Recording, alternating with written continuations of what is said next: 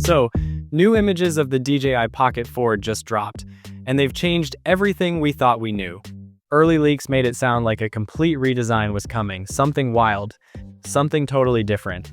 But now that we've got clear shots, it looks like DJI didn't want to reinvent the wheel. They just wanted to make it roll smoother.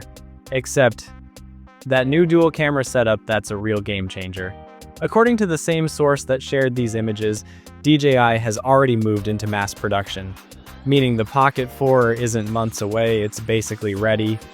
Looking closely at the chassis, it's clear DJI built this on the Pocket 3's foundation, but refined every single detail.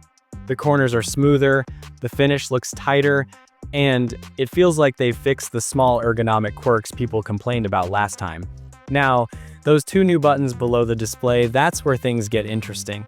You might remember seeing them in that blurry Barcelona prototype photo earlier this year. Well, they're here. No one really knows what they do yet, but early testers hint they're tied to the new dual camera system.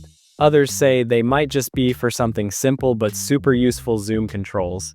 Think about it. Smoother zooming without diving into menus mid-shot. Just click, zoom in, zoom out, done. That's exactly the kind of usability creators love. As for the screen, DJI seems to be sticking to what already worked. There were rumors about a larger 2.5-inch panel, but looking at the shell, it's clearly the same 2-inch rotatable display from the Pocket 3. And honestly, that's probably smart. Going bigger would have made it bulkier, and the whole point of the Pocket series is, well, being pocketable.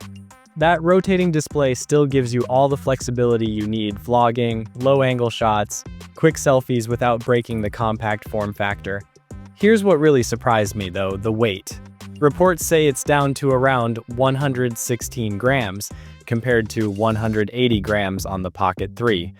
That's a massive drop, especially since we're talking about a dual camera system now. Apparently it's slightly taller but slimmer and narrower, so it should feel more balanced and comfortable during longer handheld shoots. When you add it all up, this feels like more than just a refresh. The dual camera setup opens up a whole new range of creative options, especially if one sensor is tuned for wide shots and the other for telephoto.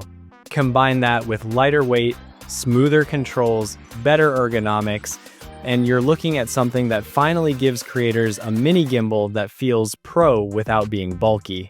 So, yeah, the Pocket 3 was already one of the best compact cameras for vloggers and filmmakers.